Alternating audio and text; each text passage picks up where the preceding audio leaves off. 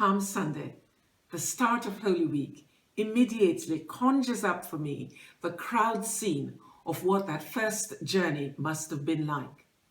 In previous years in my various churches, we would be processing, waving palms and singing enthusiastically, ride on in majesty. But today, we're not in our buildings and we're not processing or gathering in groups as we're maintaining physical distances and continuing to heed the advice to stay at home, protect the NHS, and save lives. There is something to be said about being in a crowd and the anonymity it gives for us to shout out without feeling too self-conscious. But today in our homes, not part of the crowd processing, we can spend the time worrying about not being in our buildings, or we can begin to think about the meaning behind Jesus' journey into Jerusalem. In the euphoria of the shouting of Hosanna, we can fail to recognize that Jesus comes to us on a donkey, not the Rolls Royce of this species, but embracing the prophet Zechariah. Behold, your king is coming to you humble and mounted on a donkey and on a colt, the foal of an ass.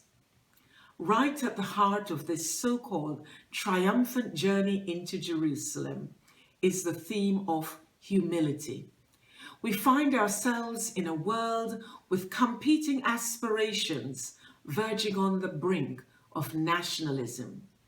And in the middle of this triumphal nationalism, the world is struck by an invisible enemy that is no respecter of persons, walls, or borders.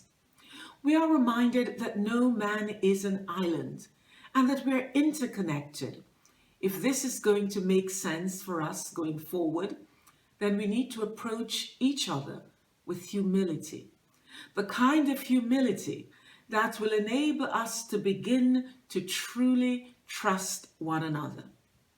Coronavirus has stripped us naked and left us vulnerable as individuals, as families experiencing deep loss at the death of loved ones.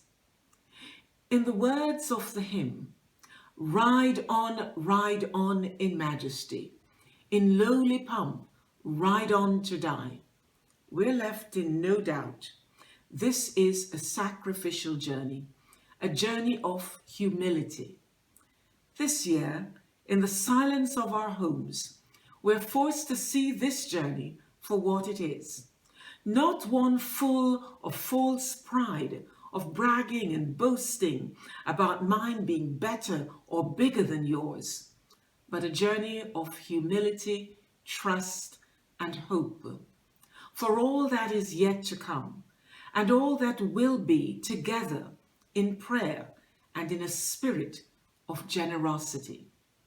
Yes, our changed lives, embracing humility, will begin to be the yeast in changing others' lives. Amen.